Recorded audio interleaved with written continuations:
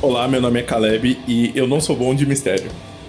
Oi, eu sou a Juliana e o assassino é o Coronel Mostarda na biblioteca com um candelabro. Oi, meu nome é Márcio e esse é o episódio de número 97, gravado diretamente do futuro. Oi, meu nome é Luana e a Ju falou exatamente a frase que eu ia falar. E você tá escutando? O nome? Do livro... Cara, até o Coronel Mostarda, não acredito nisso. É que é o melhor nome de personagem desse jogo, o Coronel Mostarda. E é pra avisar os ouvintes que aqui não tem carta marcada, não. Aqui, ó, aqui é na hora, no improviso, sem avisar ninguém, sem compartilhar as coisas.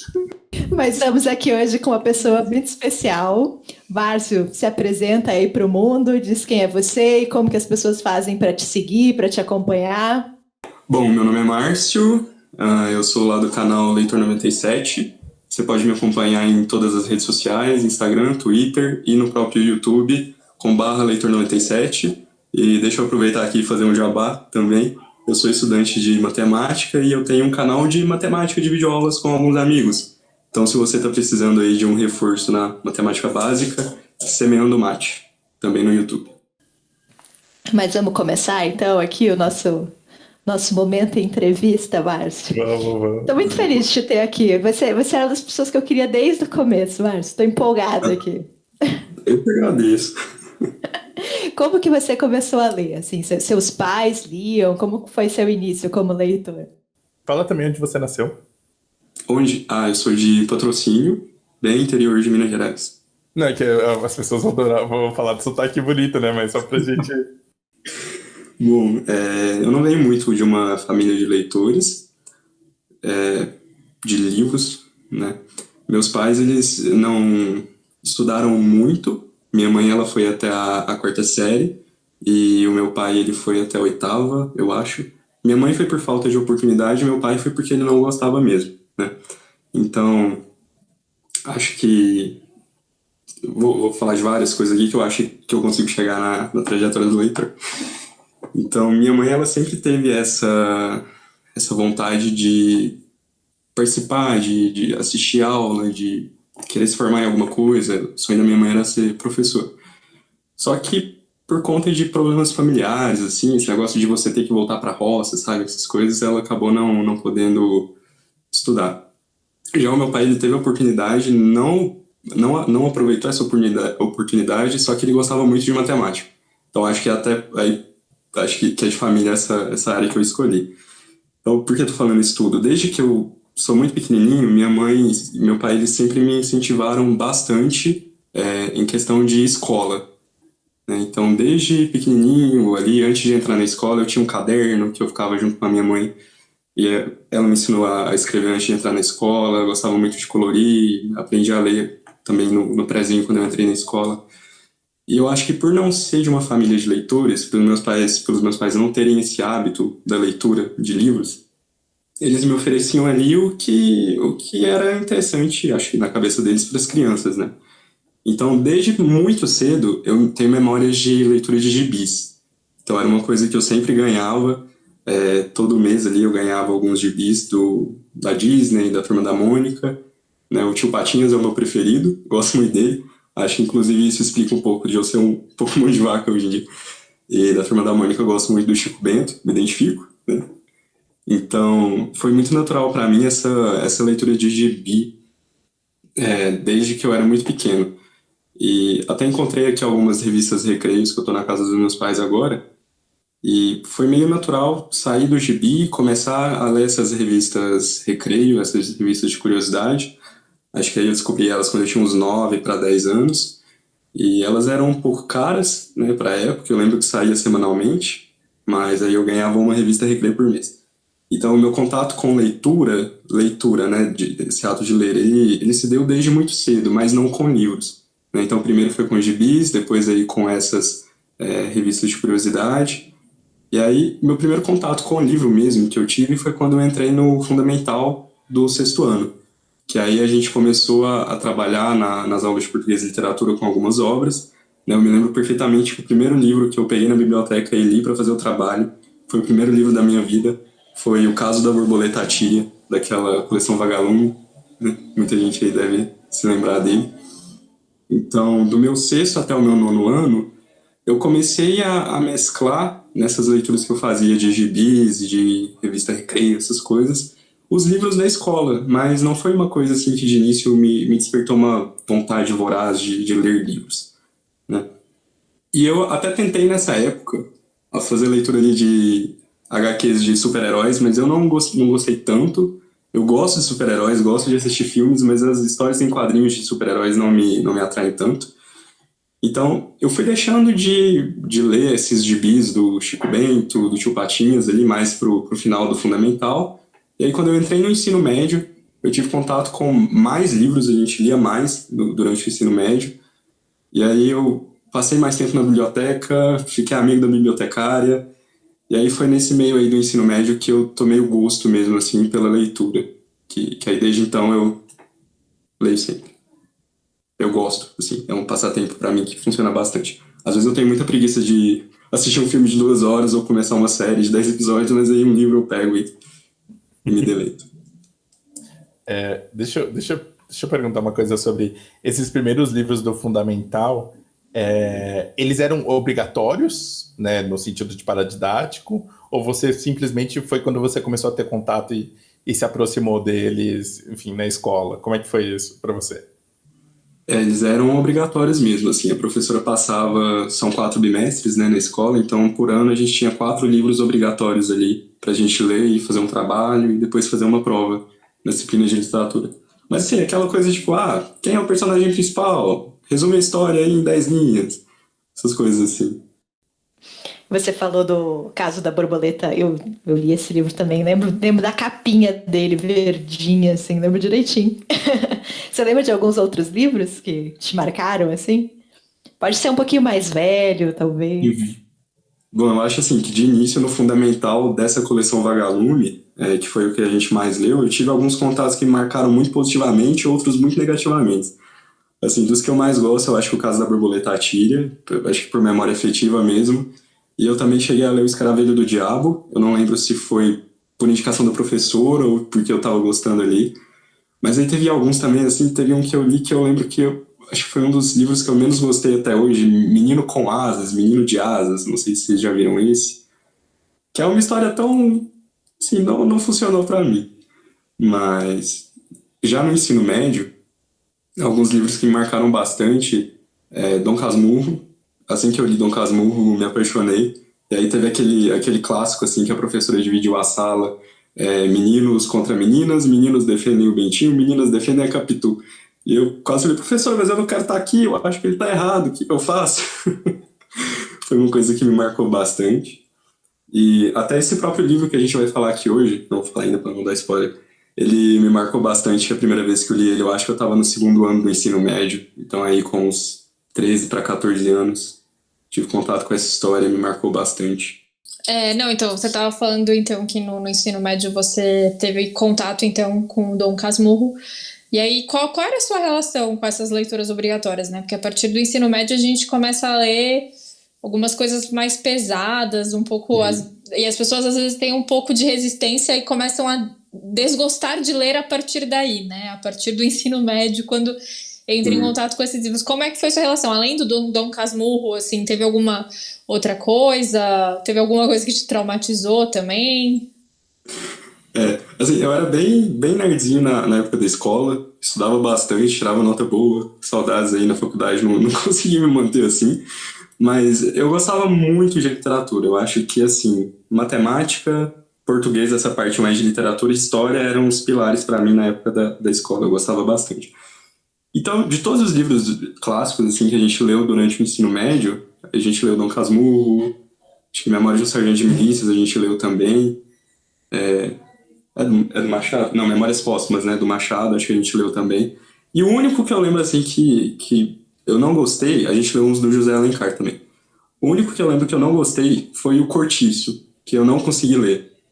Ele entroncou pra mim, mas aí pra fazer a prova eu acabei lendo uma história em quadrinho e deu tudo certo. Uma adaptação ali funcionou. Mas eu acho que eu saí ileso, assim, se for pra pensar no geral dessas leituras obrigatórias do ensino médio. Fica a dica aí pra alguém, se alguém quiser fazer uma adaptação em quadrinhos também dos livros de matemática, eu agradeceria. Você falou livro de matemática, eu li um quadrinho que chama Logic Comics. É Logic Comics? É Logic Comics. Que é a história dos do gregos. Bertrand, que é a história também do Bertrand Russell, né? É a E história muito dele. legal, mas, nossa, é pesado. É difícil ter para um matemática. cacete, porque o Bertrand Russell era meio cabeçudo, né? E aí é um É livro... pra WMF, eu achei legal, mas eu... eu li Tava duas relendo. vezes, aí eu falo, agora eu tô entendendo, mas eu acho que eu preciso ler algumas outras vezes ainda. Muito bom. Só aproveitando que a gente falou de matemática, acabei de lembrar também, durante o ensino médio, eu li um livro que chama O Homem que Calculava, do Malbatarran. Não sei se vocês conhecem aí. Eu ia falar dele neste momento. E eu gostei bastante, assim. É uma coisa que eu penso em usar agora, né, que eu tô me formando já, que eu vou começar a dar aula, se tudo der certo. Eu penso muito em tentar usar a literatura junto com matemática, né? A gente tem esse livro aí do Homem que Calculava, do Malbatarran. A gente tem um livro muito bom sobre probabilidade que chama O Andar do Bêbado, do Leonard Mlodinow, se eu não me engano. E é uma história muito bacana, assim, é um cara que ele foi diagnosticado 2 vezes como soro positivo e as 2 vezes estava errada. Então, assim, é uma probabilidade quase nula, mas ela existe. Então, depois que isso aconteceu com ele, ele decidiu fazer esse livro, assim, para explorar mais. Eu lembro que até já fiz alguns trabalhos na faculdade de probabilidade utilizando esse livro. Então, acho que é uma coisa aí que é legal também, os livros, não livros de matemática, né, mas livros com matemática. Mas não são muitas, né, Márcio? Não, infelizmente não. O meu pai, ele chegou a dar aula de matemática uma época, ele é muito apaixonado por matemática, e ele me deu esse livro na adolescência também. Foi algo que a gente meio que fez juntos, assim, lia juntos. E eu lembro que eu sempre quis repetir isso, sabe? Achar algum outro livro que tivesse uma proposta parecida, mas eu acho o Homem que Calculava bem, bem único, assim, bem excepcional na proposta. O Malbatarran é uma escritora que eu gosto pra caramba, assim. Mas ele não tem outros ótimos livros de matemática também, o Malbatarran? Eu nunca li, Ju. Ele tem alguma coisa, mas eu não sei se é de matemática tudo. Entendi. É que eu lembro que eu acho ficava que na estante da livraria, assim, tipo, várias coisas dele, assim. Mas... Eu lembro que na época eu fiquei louca, eu li muitos livros dele, eu li Lendas do Povo de Deus, eu li muita coisa, mas era mais sobre, esses que eu li, mais sobre cultura árabe, questão muito mítica religiosa, que era muito legal também, assim. Mas não lembro de ter lido mais nada de matemática, infelizmente. É um livro muito, muito gostoso, né? Preciso reler ele. E eu sempre fico escutando vocês falando de aula de literatura e eu tenho uma inveja disso, porque eu não tive aula de literatura no meu ensino fundamental e médio. É mesmo? No ensino fundamental era só português, então os textos literários eram sempre em gramática, exemplo de uso da língua, algo recortado assim, e meu ensino médio eu fiz técnico. Então eu não tive... Eu tenho uma inveja disso, porque, poxa, deve... E escuta essa história de professores que faziam debate, talvez um debate pouco questionável, mas ainda assim um debate estimulando a turma, sabe? Para discutir o livro. Deve ser muito da hora, assim. Era bacana. Eu sinto muita saudade da escola, sabe? Eu sinto que eu era feliz e não sabia. Não tinha muita responsabilidade e tal. Não, e esse negócio de aula de literatura, né? Porque... como a gente falou, né, no ensino médio, às vezes os livros vão ficando mais complicados de ler mesmo, né? Então esses clássicos muita gente não tem uma relação e tudo mais, você começa com umas coisas meio pesadas.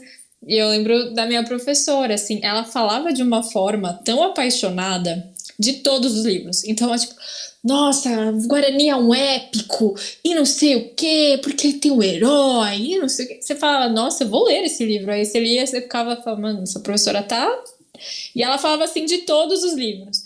Aí nos últimos dias de aula, lá no 3º colegial, a gente chegou e falou, professora, tem algum desses livros que você falava pra gente que você não gosta? Ela falou, eu odeio Guarani, eu odeio não sei o quê. Mas, né, você tem que fazer ali, a professora também tem que atuar, assim, é muito complexo, né, professor tem que ser muitas coisas. Show. Enquanto você contava, eu só pensei, Não é possível que alguém gosta tanto do Guarani assim. Eu só tava pensando, eu falei, mas tá de sacanagem isso aí, não é possível, cara. Guarani não. Eu entendo a época e tudo mais, mas. Lusíadas também, porque a gente teve que. Na minha época, na FUVEST caía Lusíadas. Então a gente teve que ler Lusíadas no primeiro ano. É muito cruel você ler Lusíadas no primeiro ano. Acho que por isso que a minha necessidade de entender Lusíadas, porque eu li aquilo e falei, o que tá acontecendo? Então, na faculdade, eu quero ter uma aula sobre Lusíadas, enfim. E aí, ela falava com uma paixão sobre aquilo, eu falava, gente, não é possível. E na verdade, ela não gostava, ela só falava desse jeito para tentar animar os alunos. Eu sinto que eu vou ser assim quando eu estiver dando aula de geometria, sabe? Mas precisa, porque então são coisas, sabe? Tipo, eu tinha muita dificuldade com matemática, aí o professor era meio, tipo, modorrento. Aí quando chegava o professor explicando como é que o cara chegou naquela fórmula e tal, você presta mais atenção, sabe? Você fica mais animado mesmo. E pode ter gente que vai gostar de geometria, né? Tipo, né? Assim como tem gente que gosta do Lusíadas, né? Tipo, né? Existem essas pessoas também. Uhum. Você sempre quis ser professor, Márcio? Acho que desde que eu me entendo por gente, né, assim, tirando a parte da infância lá, quero ser paleontólogo. Acho que... Astronauta. Por aí. Eu sempre tive muita dúvida, porque quando você se dá bem em matemática, né, você entende melhor matemática, eles pegam na sua mãozinha e colocam assim, ó, vai fazer engenharia, né? Te colocam nesse caminho. É bom em matemática, faz engenharia. E era uma opção muito real para mim, a parte da engenharia. E assim como a Luana, eu também fiz técnico no ensino médio, só que eu fiz concomitante externo. Então eu estudava na escola tradicional durante o dia e à noite eu fazia o técnico. E eu fiz o técnico em eletrônica, né? E assim que eu me formei no ensino médio, eu faço aniversário no fim do ano. Então eu me formei no ensino médio, eu tinha 17, só faria 18 no final do outro ano. E aí eu fiz o Enem e coloquei minhas duas opções, coloquei matemática e engenharia elétrica, né? Porque eu tinha gostado muito mesmo do curso que eu fiz. Eu acabei passando, só que aí conversando com os meus pais, minha mãe achou melhor eu não ir nesse ano por conta de não ser maior de idade mesmo, né? E por questões financeiras também. Então eu acabei ficando na minha cidade, no ano seguinte em que eu me formei no ensino médio, consegui um serviço de projetista elétrico, trabalhei durante esse ano todo, e aí no final do ano prestei o Enem novamente, entrei na faculdade no outro ano. E eu sou muito grato porque esse ano que eu fiquei aqui na minha cidade, trabalhando de projetista elétrico, me serviu para me mostrar que eu não quero ser engenheiro, sabe? Porque a gente fazia o serviço de um engenheiro, que é você ficar ali o dia inteiro no computador, mexendo em planta de casa, fazendo circuitos. E aí, né, como é a empresa de engenharia elétrica, a gente fazia os projetos, os caras só assinavam. E eu gosto muito de conversar, eu gosto de gente. Eu gosto de contato humano, então... E aí, como eu gosto também de matemática, eu acho que a profissão que mais se alinha, assim, para mim, é essa de professor de matemática, né? Então, acho que aí, desde os meus 12 anos, eu tenho essa dúvida. Acho que ali, com os 17, eu pude confirmar que realmente é o que eu queria. E outra coisa que eu pensei bastante também, né? Como eu gosto muito de ler, eu cheguei a considerar fazer talvez uma coisa de letras, literatura. E aí, eu acabei desistindo por conta de leitura obrigatória, sabe? Que tem que ser feito na faculdade, né? Quando você faz letras. Não sei se em todo curso de letras é assim, mas na minha cabeça fazia sentido, né? Você vai fazer letras, tem que ler livros. Eu gosto muito de ler, mas eu não gosto muito de ler por obrigação. Então acho que eu pensei assim, é uma coisa que talvez não funcione para mim.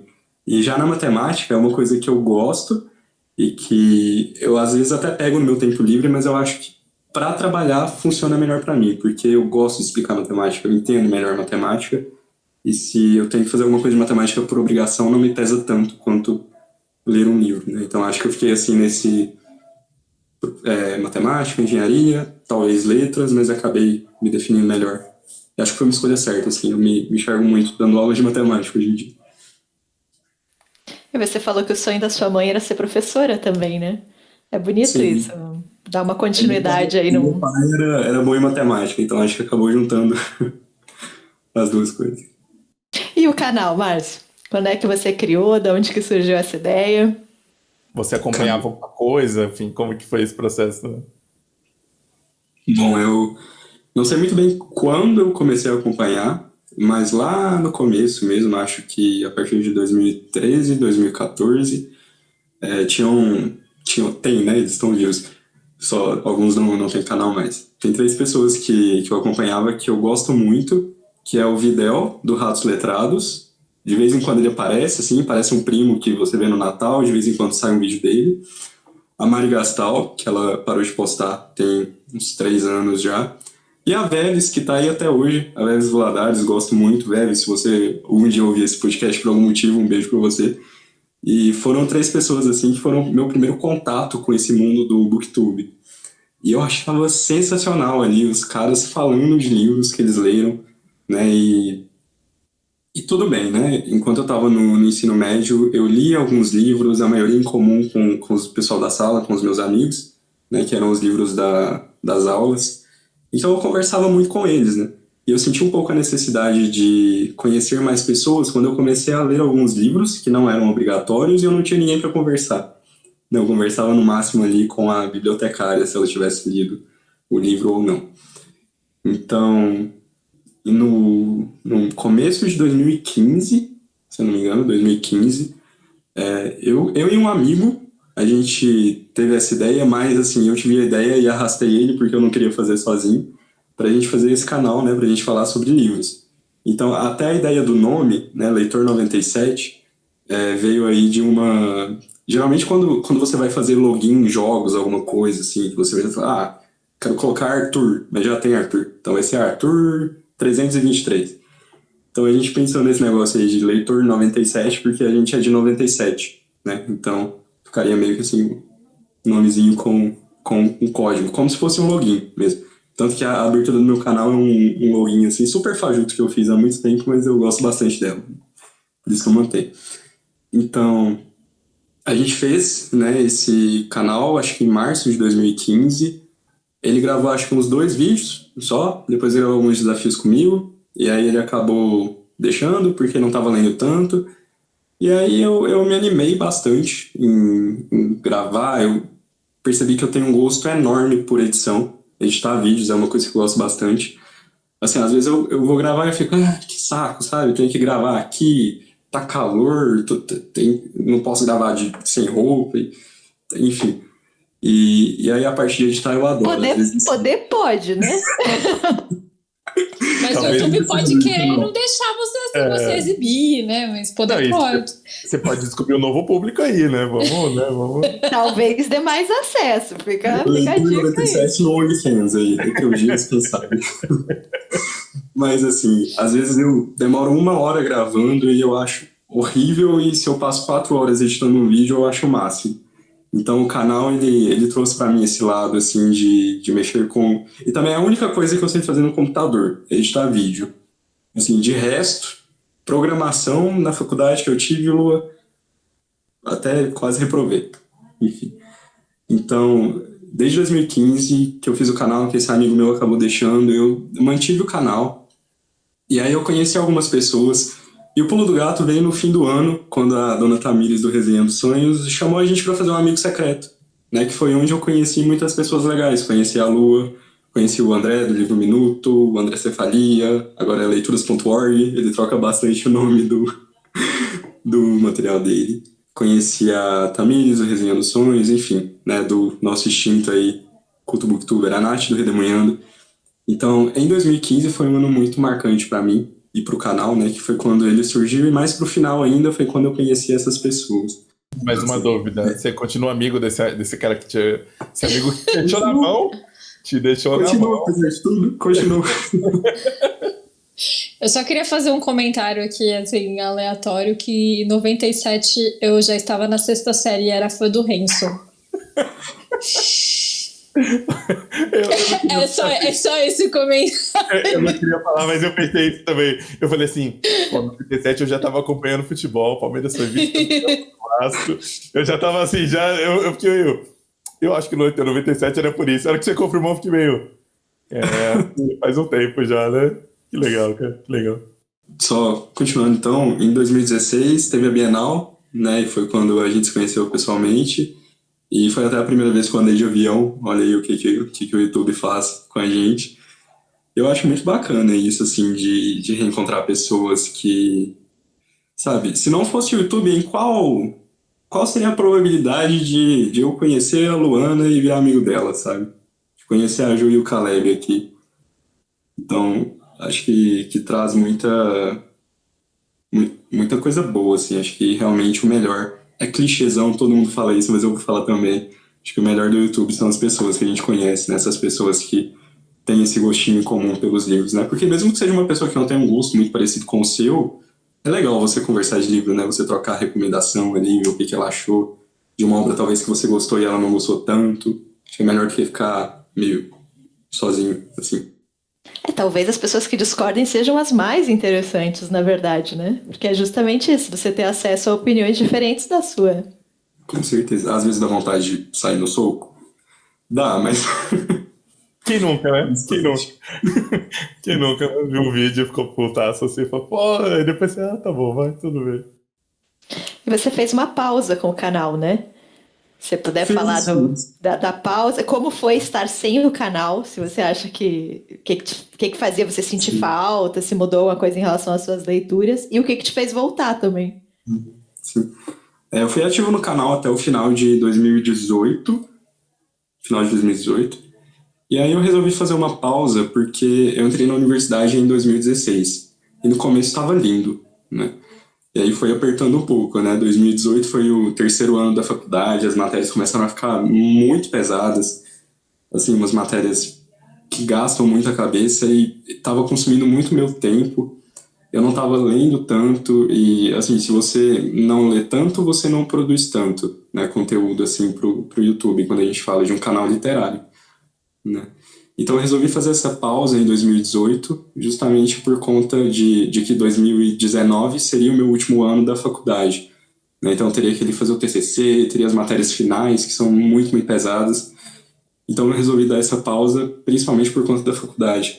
Só que aí no meio do ano eu acabei passando em um intercâmbio, assim, uma coisa que nem estava planejada. E aí passei um ano em Portugal, cheguei no meio do ano agora. Em Portugal deu uma aliviada nas matérias, porque lá eu não pude ter contato com a escola, né? Uma coisa que eles não deixam os alunos de mobilidade fazerem. Então eu acabei pegando mais matérias de educação, e aí algumas matérias pesadas, mais menos, então acabei tendo muito tempo livre em Portugal. Então eu voltei a ler mais.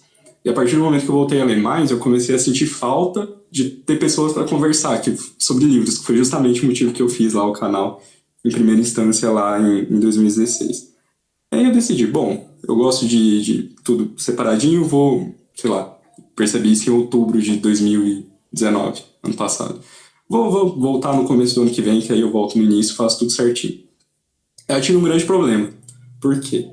Quando eu fui para Portugal, eu joguei meu chip antigo fora, meu telefone fora, meu número de telefone fora. E aí quando eu tentei fazer o login lá em Portugal do canal, no começo do ano, em janeiro, o Google me pedia para fazer a confirmação pelo número de telefone. Aí eu falava, não tem esse número.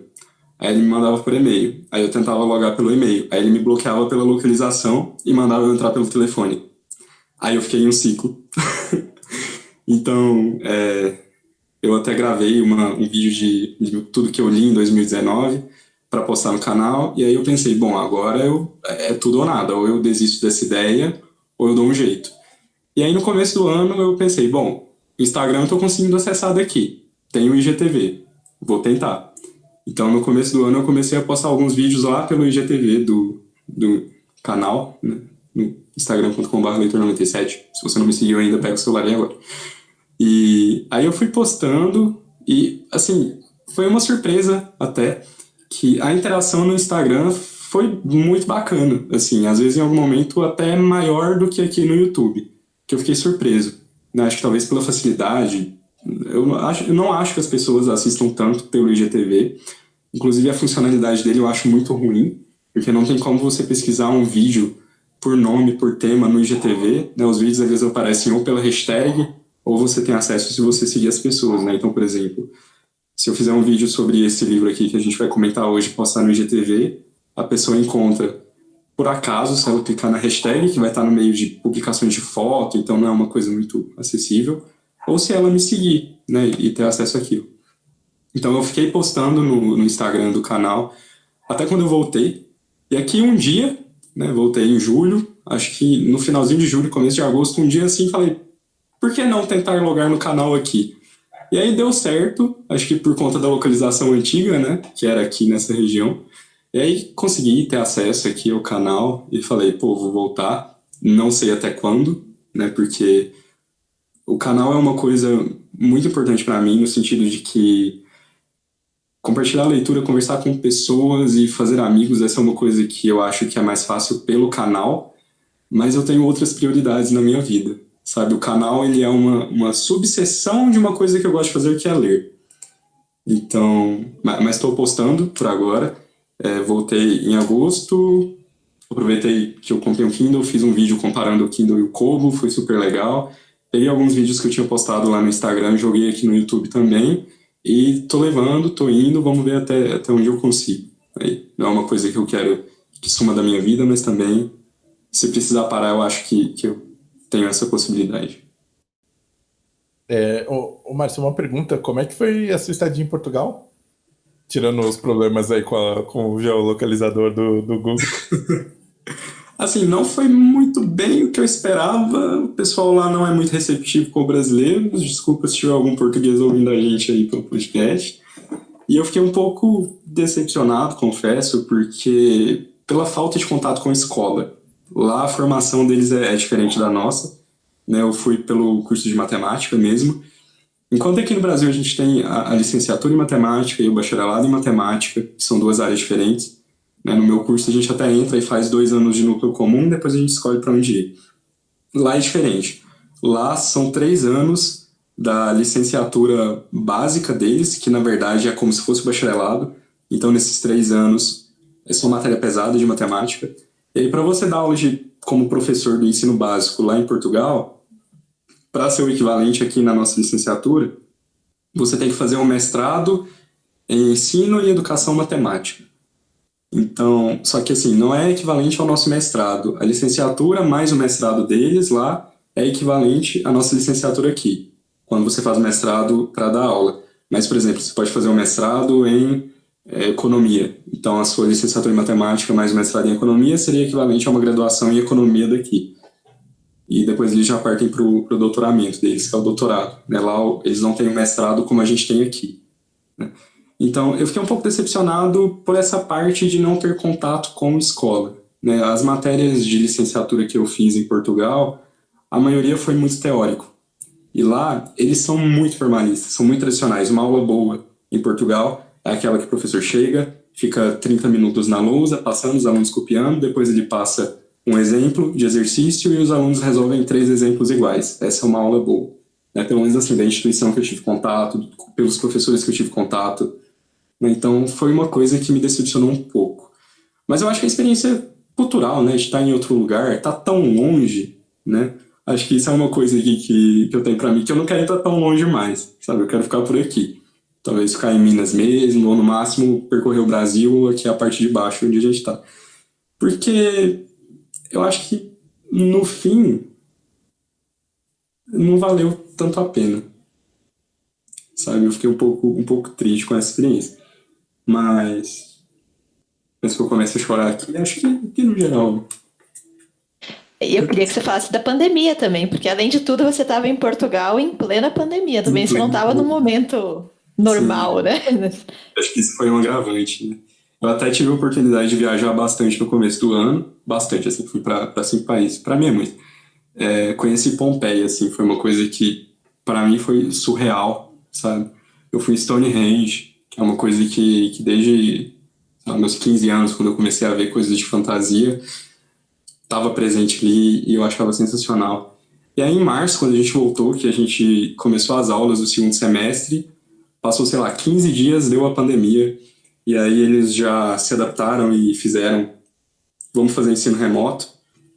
E aí foi ruim, foi bem ruim, para falar a verdade, né? Porque eu passei praticamente 4, 5 meses trancado dentro de casa, né? Lá até que no finalzinho, mais assim para junho, julho, já estava mais leve, já estava podendo sair e tal, só que eu preferi ficar em casa mesmo, então acho que foi um agravante. Aí, talvez eu teria gostado mais se não tivesse acontecido isso, porque eu poderia ter viajado mais também, mas foi uma coisa que pegou todo mundo desprevenido, né? Essa pandemia.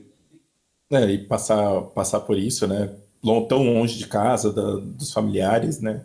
Acho que Sim, acho que essa pandemia, sei lá, no meu caso, assim, tipo, eu tenho muita sorte, tem todo mundo por perto, assim, né? Porque por mais que uma hora você fique de saco cheio das pessoas, né? Tá sozinho em um lugar, às vezes não tão acolhedor, deve ser muito difícil, né?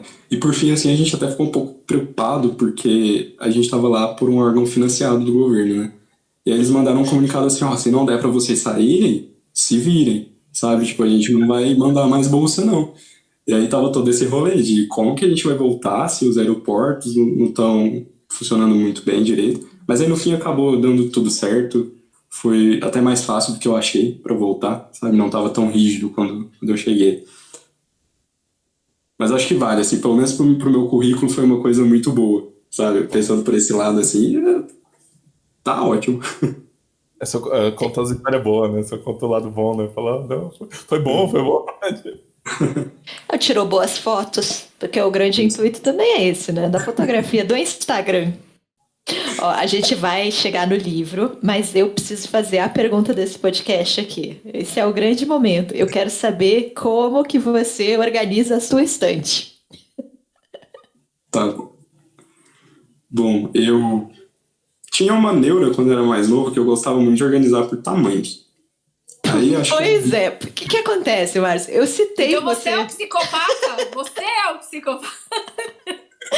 Ó, eu citei você num podcast, não falei nomes. Eu recebi muita mensagem falando, imagina, isso não acontece, ninguém faria isso. Então trouxe aqui, só convidei o Márcio para isso, para ele poder dar veracidade na minha narrativa. Olha só, em minha defesa, não sei se todo mundo vai concordar, mas é muito mais agradável uma estante organizada por tamanho, gente. Eu acho, pelo menos. Sabe, você tá seguindo aí cai o nível, continua. É muito bom, em ordem assim, decrescente, sabe? Mas acho que eu superei isso um pouco. Hoje eu organizo ela por nome de autor, não sobrenome, porque eu tenho um pouco de preguiça de lembrar qual que é o sobrenome do autor. Então eu tô organizando aqui de nome. Lá no começo acho que tem Agatha Christie. Aqui no final tem o autor de Exorcismo, William Peter Blatty. Então tá por nome agora. E acho que vai ficar até a próxima livro. Organizei por cores uma vez, odiei, não sabia onde estavam os livros. Acho que no final do mesmo dia... Esse é o Chaotic Evil no nosso espectro aqui, é o Chaotic Evil, é por cor. Não, por cor porque não dá. Isso não é de Deus. Mas por tamanho é uma coisa nova, a gente ainda não sabe aonde colocar você, se você é neutro ou se você é caótico. A gente tá fazendo essa decisão ainda. Quando vocês decidirem, me avisem. Mas assim, uma coisa que eu gostava bastante. Né? Acho que eu tenho algumas fotos antigas com a estante que ela tá assim. E era pelo tamanho, e aí dentro do tamanho, primeiro os mais grossos e iam afinando. Meu Deus! Mas aí que tá, as editoras, o padrão não é muito o padrão. Eu tava comentando isso, assim. Então, um livro que é 13 por 21, né? 21 por 13, nunca sei, enfim.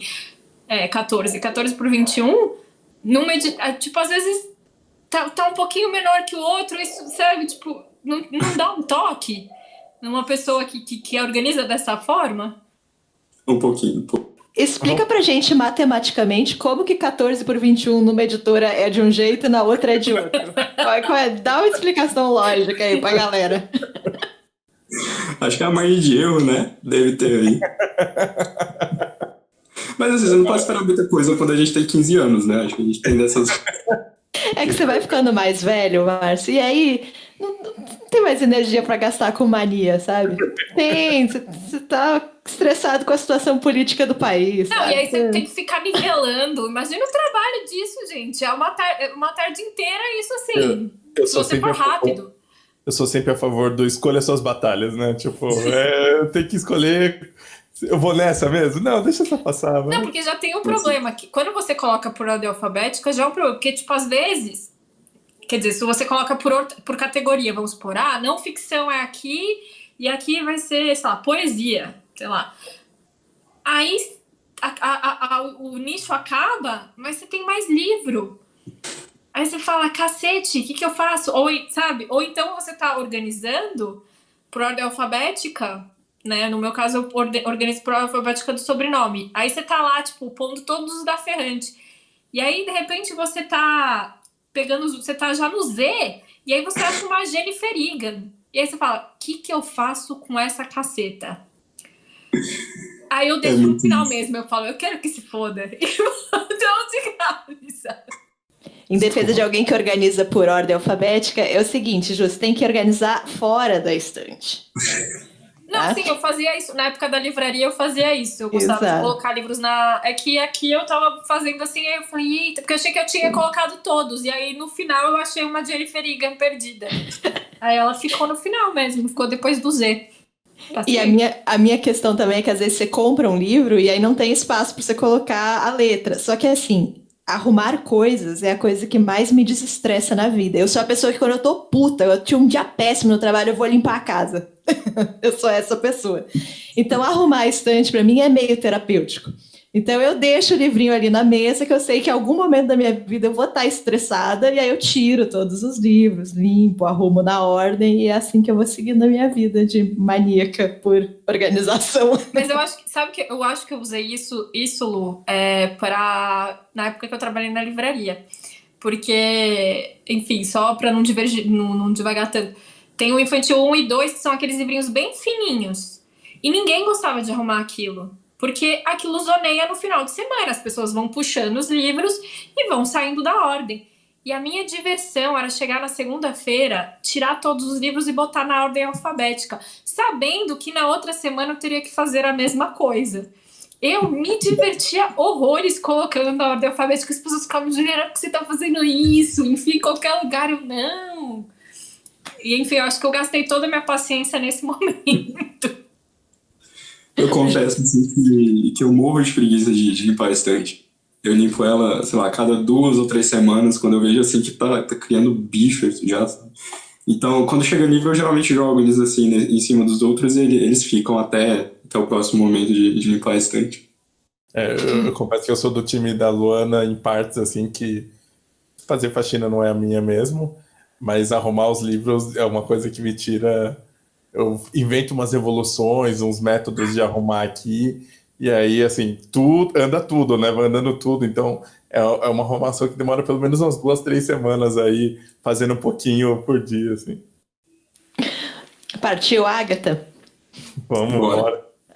Ó, queria dizer que os livros de crime e mistério estão na sua história desde o começo, né, Márcio? Rolou ali um Escaravelho do Diabo, você já estava com o pezinho ali na Agatha Christie.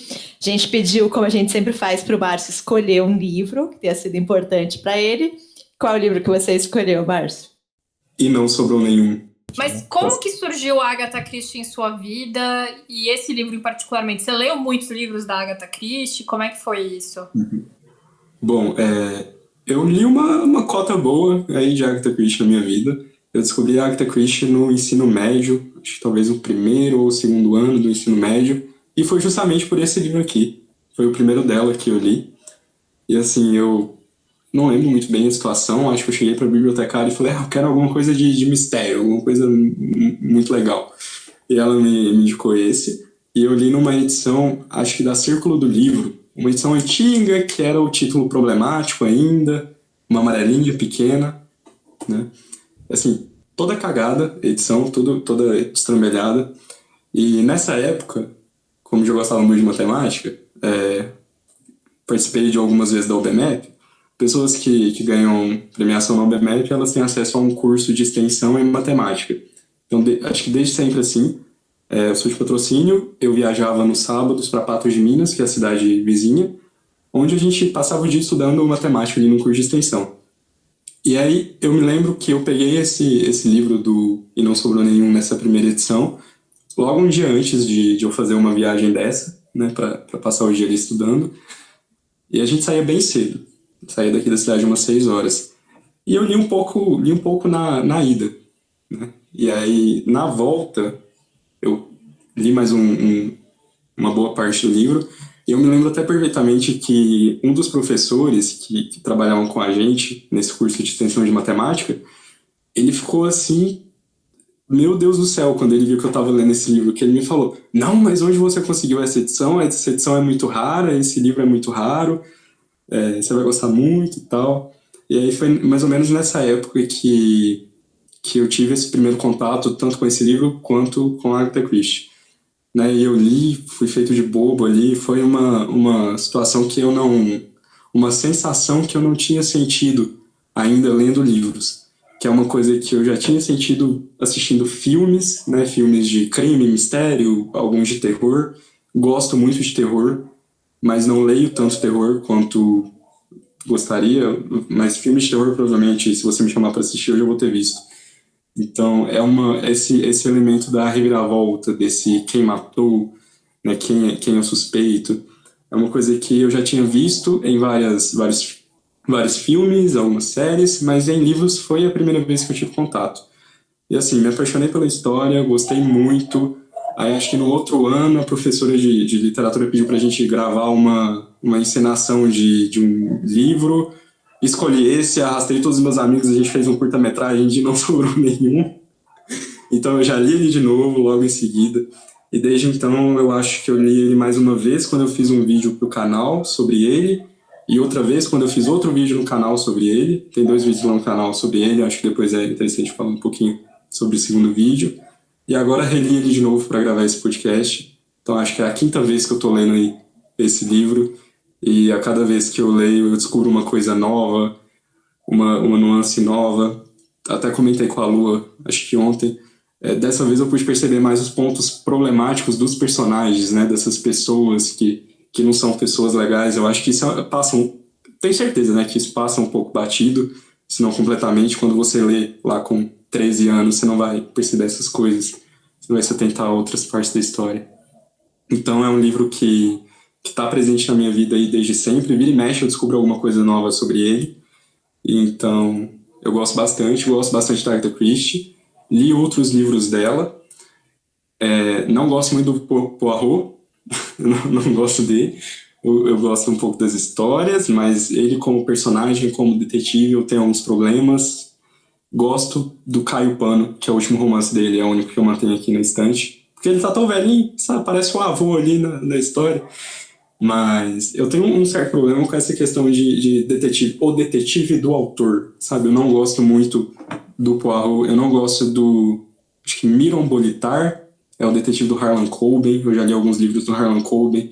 Os que tinham esse detetive foram os que eu menos gostei. Por isso que eu tenho um pouco de relutância em ler Sherlock Holmes, não sei se eu vou gostar. E eu acho que isso é o que eu mais gosto nesse livro, que não tem detetive. O detetive é a gente, praticamente. A gente até tem uma pessoa ali que é da polícia, que investiga, mas ele é um simples personagem. Então acho que essa é a parte que eu mais gosto nesse livro, sabe? Enquanto você lê, você é o detetive. Só para comentar, então, o título original, eu esqueci de olhar. O título original tem alguma coisa que remeta ao título problemático aqui no Brasil? Tem. A primeira versão que saiu dele aqui no Brasil, e lá fora também, é O Caso dos 10 Negrinhos, né, que é por conta dos soldadinhos. Então, porque Sim. A tradução que a gente leu, em momento nenhum, pelo menos eu não lembro, não me marcou, assim, descreve alguma coisa que remeta a essa questão, né? Eu achei meio estranho ter sido desse jeito. Eles falam que os bonequinhos são soldadinhos, e aí a ilha é do soldado, toda essa questão. Então... Na versão que eu li pela primeira vez, que é a amarelinha pequenininha, talvez alguém que está vendo esse vídeo conheça, ela é traduzida como O Caso dos 10 Negrinhos, e o poema em inglês, ele não é com soldadinhos, ele é com negrinhos. Então em inglês até o título do livro é bem horrível, né, porque é Ten Little, palavra com N. Então, assim que foi lançado, não assim que foi lançado, acho que algum tempo depois alguém deve ter falado, né, sobre esse problema, e daí fizeram a primeira troca de título, que virou Os 10 Índiozinhos, O Caso dos 10 Índiozinhos, e aí alguém falou, ainda não tá bacana isso daqui. vamos mudar. Aí mudaram para O Caso dos 10 Soldadinhos, né, numa terceira versão. E aí, por fim, adaptaram para E Não Sobrou Nenhum, que, na minha opinião, é um título muito melhor, né? E foi no mundo todo, né? Ele foi uma onda de mudança de títulos geral, assim, todas, pelo que eu li, todo mundo adaptou mesmo. Acho interessante também dizer que é o livro mais vendido da Agatha, né? Acho que eu li informação nível Wikipedia aqui, mas são mais de 100 milhões de exemplares vendidos, então é um dos livros mais vendidos de todos os tempos. Acho que vale fazer uma sinopsezinha do livro, para quem tá ouvindo talvez não conheça. Quem que se aventura aí? Eu voto no Márcio. Ô, Márcio, eu não sei se você sabe, mas a Luana, ela foi rápida agora. A gente tem às vezes dificuldade de fazer a sinopse, por mais que a gente já tenha lido o livro. Então a Luana, ela faz a pergunta: e quem que se habilita? Que é pra ela não fazer, então. Por isso que eu tive seu colo aí. Desculpa. Não, ó, eu só vou antes da pessoa que for, porque eu sou incapaz de fazer uma sinopse. Não porque eu não tenha entendido o livro, porque eu fui reconhecendo as pessoas pelos tipos, né? Mas eu não sabia, até o final, eu não sabia quem era quem pelos nomes. Eu tenho uma dificuldade absurda de lembrar nome de personagem, e tem muito personagem, e tudo acontece ao mesmo tempo. Então, gente, assim, foi uma experiência meio surreal, assim, pra mim, porque aí eu ficava, tá, essa daqui é a governanta, tá, sabe, assim, tipo, a partir das coisas, porque por nome, eu não sei, eu só sei quem é o Lombardi, porque, né, ele é bastante importante. Agora, os outros, eu não lembro de quase nenhum nome, assim, é um negócio... E é bizarro, porque, enfim, é normal eu terminar de ler um livro e esquecer o nome dos personagens, é a primeira coisa que acontece. Quando eu preciso fazer clube do livro é um inferno, porque, enfim, aí eu não vou lembrar. Mas esse livro, porque é isso, é um livro rápido de ler. Então... E tem muito personagem, então eu ficava voltando o tempo todo... Do tipo, mas pera, quem é esse aqui? Aí eu voltava no começo, que tem aqueles capítulos iniciais, né, apresentando eles, pra ver se eu conseguia lembrar, e eu não lembrava. É meio maluco isso, né? Eu tenho dificuldade com nomes também, mas eu criei o método da associação, Ju. Você tem que ler o nome e associar com algo, e quanto mais maluco, mais fácil é. Tipo, o Lombard virou o Lombardi do Silvio Santos, né? Então eu sempre imaginava ele com a voz do Silvio Santos, marroi, matei mesmo, 21 pessoas, não sei imitar, gente, desculpa, mas é assim que eu faço. Funciona pra mim. Bom, a proposta desse livro é que 10 pessoas que não se conhecem vão para uma ilha e aí elas começam a morrer uma a uma de acordo com um poema infantil. Acho que essa é a forma mais rápida e com menos spoilers de se definir a sinopse, o que se trata esse livro. Então, assim como a Ju falou, é um livro que talvez pegar o nome dos personagens seja um pouco difícil, mas são personagens tão diferentes e com características tão únicas que acaba... Acho que é um pouco difícil talvez você confundir os personagens, né? Porque assim, a gente tem, por exemplo, o Philip Lombard, que ele é um aventureiro que já passou por vários lugares, estava ali em algum lugar da África e voltou para a Inglaterra, né? O livro ele se passa na Inglaterra. Então, a gente tem também, por exemplo, a Emily Brent. Eu já decorei todos os nomes, gente, tanto que eu já li esse livro. A Emily Brent, ela é uma beata, então ela tá ali a todo momento com a Bíblia na mão, ela tá lendo, ela tá rezando, ela tá julgando os outros, e uma coisa assim bem até estereotipada, né? Acho que alguns personagens são estereotipados. A gente tem o casal de empregados dessa ilha, que é o mordomo e a cozinheira, eles ficam mais na deles, são mais retraídos. Então são 10 pessoas muito com características muito individuais que eu não consigo ver outra situação assim que eles acabariam todos juntos no mesmo lugar, né? E a forma que eles vão parar ali, na real, é até muito verossímil, porque a pessoa que convida eles para essa ilha, ela usa de algumas artimanhas. Então, por exemplo, assim, para convidar, por exemplo, essa beata, ele manda uma carta falando: eu te conheço, eu sou aquela irmã ali que a gente topou naquela cidade algum dia, vem pra cá, vamos fazer um retiro religioso. Não é muito bem isso, mas é por esse lado. Por exemplo, a gente tem um médico. O médico ele é convidado para ele assim: minha esposa está muito doente, vem até aqui para você trabalhar.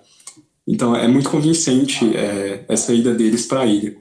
E assim que eles chegam nessa ilha, tem esse poema, essa rima infantil, né, que é dos soldadinhos, né, que a gente já falou antes dessa problemática de nome. Eu acho que é uma rima que existe nos Estados Unidos mesmo. Então, tem... É uma canção, né? Uma cantiga, uma canção infantil. Cantiga infantil. E é meio creepy essa cantiga infantil. Né? Então, por exemplo, o primeiro verso é 10 soldadinhos vão jantar, a fome os move. Um deles se engasgou, então sobraram 9. Então, assim, que surpresa é quando você está lendo e ali durante o jantar, um dos convidados se engasga e morre, sabe? Então, essa é uma outra coisa muito legal desse livro, porque a história está ali. A gente tem esse poema, será que ela vai seguir por completo? Se seguir, como que vai ser a próxima morte? Quem vai ser? Você lê a rima ali e tenta adivinhar o que vai acontecer. Eu acho que isso é uma coisa muito boa. E o que eu gosto muito nesse livro é que, assim, que foi a parte que eu, no começo, assim, eu tava demorando para conseguir, enfim, eu não conseguia relacionar a personalidade ao nome, enfim, é uma dificuldade que eu tenho. Mas em determinado momento eles falam, então tá, se essa ilha, no meio do nada, é totalmente lisa, não tem outras casas, não tem nada, não tem outra pessoa aqui, então o assassino é um de nós. E aí que começa esse jogo de desconfiança entre eles, e assim, eu achei isso muito legal. E eu gostei, eu não tinha lido esse livro dela ainda, pelo menos eu acho que não. E eu gostei muito dos personagens. Eu fiquei muito impressionada, porque são todos personagens muito bons, assim. Eles são esses personagens que parecem muito dignos, né? Muito respeitáveis, assim, mas que têm um passado terrível. Todos eles têm segredos, assim. E eu acho muito empolgante, assim, mas acho que empolgante não é uma boa palavra. Meio instigante mesmo que qualquer pessoa possa ser um assassino em potencial, sabe? Não existe um estereótipo definido. Simplesmente qualquer pessoa pode ser, inclusive um assassino em série, né? Que é o assassino que leva essas pessoas para essa ilha. Eu acho isso muito bom, assim. E tem, a gente até estava comentando aqui antes da gravação, que tem um personagem que para mim é o personagem que eu mais gostei, que é o Philip Lombard, que é o único ali que se assume desde o início como um criminoso, né? É o cara que fala, estão vendo aqui que todo mundo aqui é realmente, fala caçoando, né? Todos vocês são incríveis, muito bem, muito respeitáveis. Eu não, eu realmente sou um criminoso, assumo. E eu acho que ele é o cara que tem coragem de caçoar dos outros e falar que, vocês também não conseguem nem ver o próprio passado, né? Nem assumir o que vocês fizeram, eu consigo. Então, um personagem que eu achava meio fascinante, assim, ele não tinha máscaras, né? Quem que vocês acharam que era o assassino? Acho que a gente não precisa falar aqui quem que é o assassino para não dar o spoiler, mas a gente pode dizer quem que a gente chutou, né? Eu desconfiei bastante da fanática religiosa, gente, assim, desculpa, qualquer coisa. Pra mim, eu achava que era aquele cara que era o ex-detetive, o Blor, né? Blor, né? Blor. Eu achei que fosse ele. Eu falei, puta, esse cara aqui tá esquisito, porque era um cara que pudesse ser mais estratégico, vamos dizer assim. Eu achei que podia ser um médico, porque, tipo, ok, ele tinha realmente as drogas e tal, só que quando as pessoas acusavam ele ficava muito alterado, assim. Então, eu achava que podia ser ele. Eu achava que era a Vera, e eu não conseguia justificar muito na minha mente que fosse ela. Tinha coisas que não encaixavam, mas eu queria muito que ela fosse, porque tem muito macho escroto no livro. Essa questão da caracterização da Agatha em alguns momentos ser tão boa que ela cria ali personagens muito machistas, né? Então tem um que fala que mulher é tudo igual, tem outro que fala que a assassina deve ser a Beata, né? A Emily, porque mulher que não casa fica meio louca depois de um tempo. Então tem uns comentários desse nível. Eu falava, putz, tem que ser uma mulher a assassina. Eu tô torcendo muito para ser uma mulher que bate todos esses caras aí na ilha. E tem uma coisa curiosa que aí em algum momento acho que é ela que fica histérica e ele dá um tapa na cara dela, né? Porque meio o louco. O médico, né? Tipo... Eu acho que essa é uma parte muito, muito legal do livro, que A Agatha constrói personagens que eu acredito que pessoas inglesas daquela época eram daquele jeito, sabe? Porque é um olhar colonial tão pesado que eles têm, né? O próprio Philip aí, que é o nosso o anti-herói que a Luana falou que gosta, eu gosto bastante dele também. Ele fala, né? Porque quando eles chegam nessa ilha, além disso tudo, eles também são acusados, cada um de terem cometido um crime por uma voz do além. E o crime do Philip foi deixar, sei lá, 20 nativos de algum lugar da África para morrerem, né? E ele, não, deixei mesmo, deixaria de novo. E é um olhar super pesado, assim, é uma coisa que eu não tinha percebido que os outros personagens têm também, que até em algum momento da história que eles estão conversando sobre isso, que o Philip reafirma que é isso mesmo, eu sou horrível, deixei. Até a Vera vira para ele e fala, não, mas são só nativos, qual o problema? Sabe? Então é uma coisa que das minhas primeiras leituras eu não consegui pegar agora. Lendo assim, eu vi que é um retrato que parece ser bem fiel. A gente vê pessoas horríveis morrendo, então é um livro ótimo. Você tem a questão do machismo, essa questão do colonialismo também, e até uma questão meio de classe, porque os dois personagens que são a copeira e o mordomo, eles praticamente não têm voz, né? E quando alguém sugere que poderia ser ele o assassino, o Mister Roger, né? Alguém fala, não, mas ele não teria inteligência o suficiente. Então eles são o tempo todo menosprezados mesmo. Então é interessante porque assim, é um livro entretenimento puro, assim, do bom, marca maior, mas ainda assim tem um retrato social ali que é bem interessante, né? Não, e também disso, né? Os caras estão em apuros, né? Porque, enfim, a senhora Rogers, ela morre logo, né? Ela é a segunda a morrer.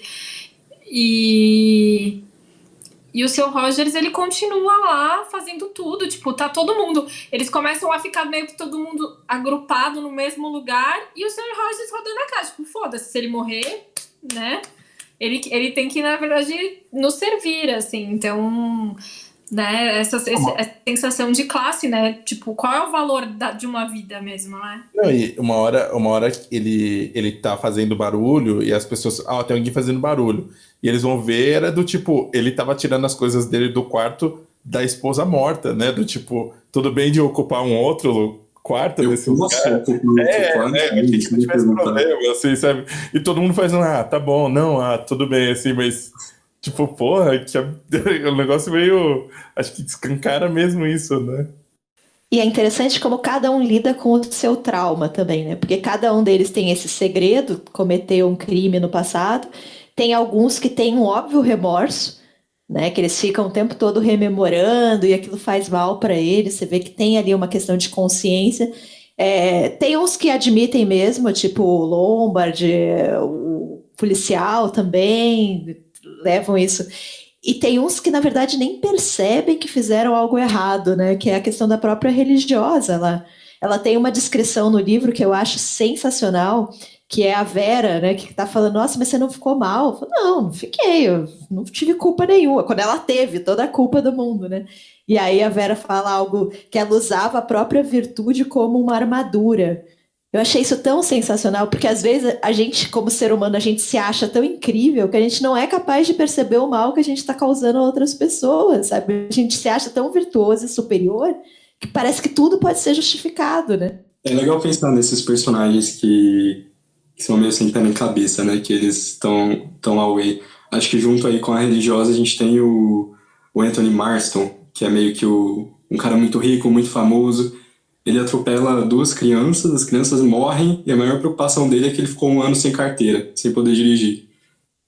Sabe? Então, você lê umas coisas assim no livro que você fica... Como é real, sabe? Porque existem pessoas assim. Muitas pessoas, né? Infelizmente. Uma coisa que me surgiu aqui na cabeça agora é qual personagem vocês acham que vocês agiriam de forma mais semelhante numa situação assim? Olha, boa pergunta, hein? Eu acho que eu sou 100% Philip. Eu ia falar que eu ia ser o Felipe, mas eu achei que eu ia ser mal interpretada aqui. Eu fiquei com medo de falar. Eu acho que eu sou uma pessoa muito racional. E eu acho que ele é a pessoa racional, que meio que coloca as cartas na mesa, assim. Então, não sei se eu seria ele, mas eu gostaria de ser? Eu tenho medo de ser o general e dar uma pirada, assim, sabe? Eu acho que eu seria meio Vera, assim, sabe? Porque ela ia ficar meio paranoica, né? Aí falar, você tá com dor de cabeça, vou te dar um remédio. Não! Remédio? Não! Tipo isso. E olha que eu sou hipocondríaca, mas nesse momento... Muito bom. Por que você acha que você seria o Felipe, Márcio? Acho que algumas ações dele durante a história são muito de autopreservação. Acho que ele é a pessoa ali uma das pessoas que mais pensam por esse lado. Acho que eu iria por aí também. Né? Ele é uma das pessoas, por exemplo, que leva um revólver para a ilha. Então chega um momento ali que as pessoas falam, não, você tem que entregar seu revólver. Ele fala, não, pô, por quê? Eu vou ficar indefeso. Acho que eu faria uma coisa assim também, sabe? Já tá ali no meio já tá no inferno, né? Então. O Felipe só tem pra mim um problema, que ele perde o revólver, né? A pessoa que perde a própria arma, eu acho que ela perde uns pontos aí na Ele foi meio mirim nessa. Ele foi muito. Cara, tem um assassino na casa. Aí você deixa a sua arma na cômoda. Não. E assim, só assim, não quero dar spoiler, mas é muito inglês civilizado, né? Guardar a arma na gaveta, não, fera. Sei lá, abre um buraco, bota dentro da prima, sei lá, sabe? Eu levo com você, sempre. Ou isso. Você tem uma arma, porra, pra que você tem uma arma? Mas assim, eu confesso que a cena que eu fiz assim, meu Deus, isso aqui tá acontecendo. Eu fiquei com medo de que pudesse ser uma coisa só, sei lá, meio psicológica, né? O cara, sei lá, tem várias personalidades. A hora que a arma reaparece, né? A hora que a arma reaparece em um lugar, eu fiquei meio. Porque ele faz meio. Ele, tipo, acaricia a arma, assim, tipo, my precious, assim, né? Tipo, ele faz, você tá aqui, assim, sabe? Eu falei, eita, não entendi direito o que tava acontecendo. Fechamos? Tá, eu quero falar mais de mais duas coisinhas antes de a gente acabar. Por favor. Tá. Então a primeira delas é sobre a série da BBC. Não sei se vocês tiveram tempo para assistir. Mas em 2015, a BBC lançou uma minissérie de 3 episódios de 1 hora, baseados nessa obra. Eu acho que é uma das melhores adaptações que eu já vi na minha vida. Então, assim, se você já leu esse livro, eu recomendo muito que você assista. Recomendo mais que qualquer filme aí que já tenha saído, porque a gente tem acho que 2 ou 3 filmes em preto e branco, muito antigos. A gente tem filmes mais novos, a gente tem alguns que são inspirados. Tem, por exemplo, um filme de 2003, eu acho, que chama Identidade. Ele é vagamente baseado nesse livro aqui. Aquele com o John Cusack, não é? Com o John Cusack. Acho que sim. Nossa, jamais imaginaria que fosse. Eu também não. Agora, olha. Rapaz. É levemente, assim, mas é um pouco baseado. Mas, assim, essa série da BBC eu acho que é a melhor adaptação que eu já assisti. Eu tenho pra mim que a adaptação não precisa ser fiel, né? A gente tem adaptações ali mais soltas que são muito boas, mas essa adaptação ela é muito fiel. E assim, tem alguns momentos, porque uma coisa que você não pega quando você tá lendo é a expressão no rosto ali, né? Que é uma coisa que você tem que imaginar. E na série a gente tem isso, né? A gente tem ali como que é a expressão desse personagem quando ele tava pensando nessa coisa. O ator consegue entregar nessa série, é sensacional. Para mim, o final dessa adaptação é maravilhoso. E assim, é um time de peso, a gente tem atores muito bons. E outra coisa que eu queria falar, que talvez, não sei se vocês sabem, sobre a Agatha Christie no geral, a Agatha Christie, ela adaptava os seus livros para peças teatrais. Então, uma coisa que a Agatha fazia para surpreender quem fosse assistir a peça e já tivesse lido os livros, a dona Agatha adaptava os livros para a peça e mudava os finais. Então, a gente tem a adaptação de Não Sobrou Nenhum para peça teatral, com um final diferente. Eu descobri isso, acho que tem uns 3, 4 anos aí, e aí eu fiquei doido, fui atrás disso, aí eu descobri que aqui no Brasil a gente tem um livro antigo, que chama A Ratoeira e Outras Histórias, que ele é de peças teatrais, e a gente tem a peça de Não Sobrou Nenhum, e aí a gente tem um livro da LPM, Pocket, que é E Não Sobrou Nenhum e Outras Peças, que aí tem esse material. E eu acabei lendo em inglês, o da Ratoeira, que foi mais fácil de eu encontrar, não estava tão caro. E é super rápido, assim, são 50 páginas, é super adaptação para teatro mesmo. E aí tem esse final diferente porque essa rima infantil, ela tem duas versões. Então a Agatha pegou a outra versão que existe dessa rima e fez ali a adaptação para teatro. Então é uma coisa que, se você gosta de Não Sobrou Nenhum, gosta da Agatha, eu acho que vale a pena dar uma olhada. Até para outros livros também aí que já foram adaptados. Mas aí os personagens são os mesmos, Márcio? Os personagens Só muda são a os mesmos, rima e aí provavelmente tudo do mesmo jeitinho, e no final é diferente. Caramba! Então fica a recomendação aí, que é para quem gosta dessa história, tanto a série quanto a peça de teatro. Eu queria que você indicasse um livro que você acha legal para começar a ler Agatha Christie. Tipo assim, a pessoa nunca leu Agatha, qual o livro que você acha que é um bom livro para começar? Esse mesmo, E Não Sobrou Nenhum, algum outro? E qual, além do E Não Sobrou Nenhum, qual outro livro, assim, dela que você gosta muito? Eu já pensei bastante nessa questão, principalmente porque eu gosto de enfiar os livros que eu gosto nos meus amigos. Então, a Agatha Christie é uma autora que eu gosto muito, acho que eu posso dizer aí que é uma das minhas favoritas. E eu acho que realmente foi uma ótima, para mim, assim, começar por esse livro, que é o que me fez tomar gosto. Eu acho que talvez se eu tivesse começado por outro que eu não tivesse gostado tanto, não teria essa paixão aí pela Agatha. Eu acho que é um livro bom para se começar a Agatha Christie, porque aí é aquilo, é o melhor, assim, para os críticos, para todo mundo, para a maioria das pessoas, é o melhor da Agatha Christie. Então você já vê ali que se é para você ou não. O que também não tem muita validade isso que eu tô falando, porque a Isa, nossa amiga aí, ela adora Agatha Christie e odeia esse livro, né? Então, mas eu sei, eu acho que o E Não Sobrou Nenhum é um livro bom, muito bom, para começar. Mas outro que eu gosto muito mesmo dela é o Assassinato de Roger Ackroyd, que esse tem o Poirot, só que quem narra é uma pessoa aleatória. A gente não tem o Watson ainda do Poirot, que eu não me lembro o nome dele. Enfim, tem algumas histórias que o Poirot tem um ajudante ali. A gente ainda não tem esse ajudante nessa história. Então é mais ali uma visão de uma pessoa que aconteceu um crime, tem alguém investigando e a pessoa tá te contando ali pelo que ela tá vendo, sabe? Não é muito uma narração assim que tem o Poirot tão forte. Inclusive esse livro eu emprestei e ele nunca mais voltou. Aí, né, dessa coleção aqui, dessa edição da editora Globo.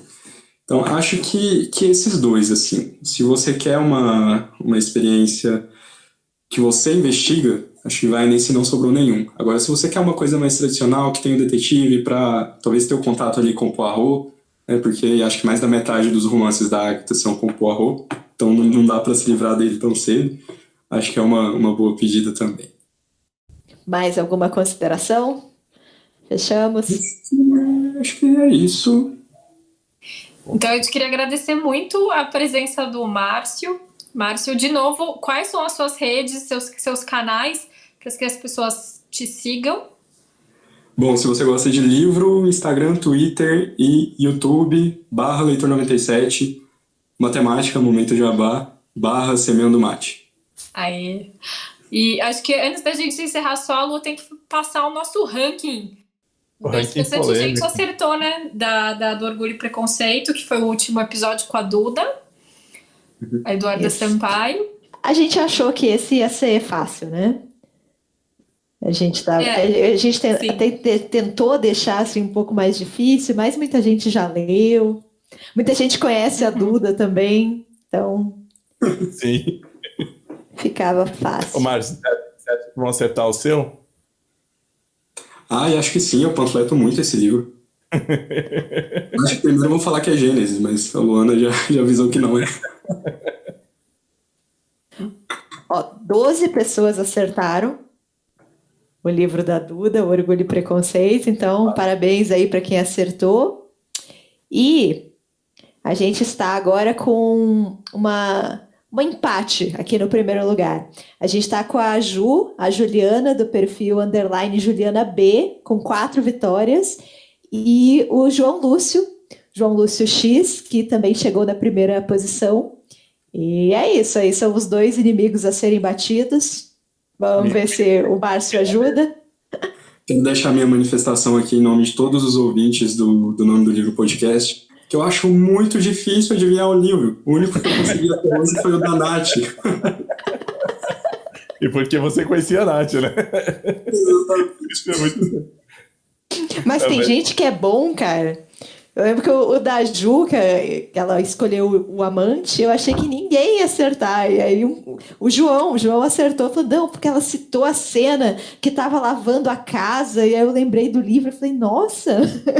O curioso de acertar isso é porque é uma cena muito específica, né? E que não revela, assim, entre aspas, né? Não é exatamente... Não, é uma cena que, tipo, é nada na história. Assim, não, ela é Eu só legal, tava dando um ela é exemplo marcante, exatamente. Sim. E eu quero adiantar também que o próximo episódio já é o próximo episódio que é o seu, né, Caleb? É o meu. Vai ser o aniversário do Caleb e ninguém vai acertar o livro do Caleb. Ninguém vai ninguém mesmo. Esse aí, galera, eu já tô pedindo desculpas aqui. Excedente. Ainda não. Ah, tá. Eu achei que você tinha começado a ler e falar, nossa, como é que é? Como é Não, que mas- eu vou explicar isso? Mesmo sem ler, não tem como. Não tem como. O Caleb caprichou aí.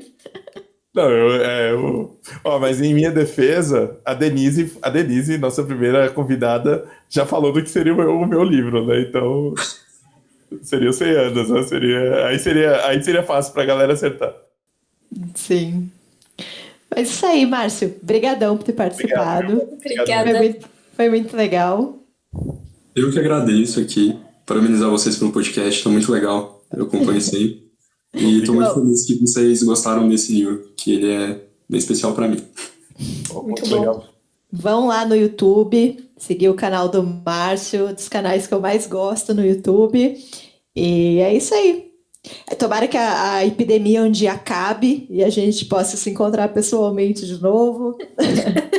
Com certeza. Não sei se isso vai acontecer, mas quem sabe aí uma próxima flip. Nem sei se mais vai ter flip, né?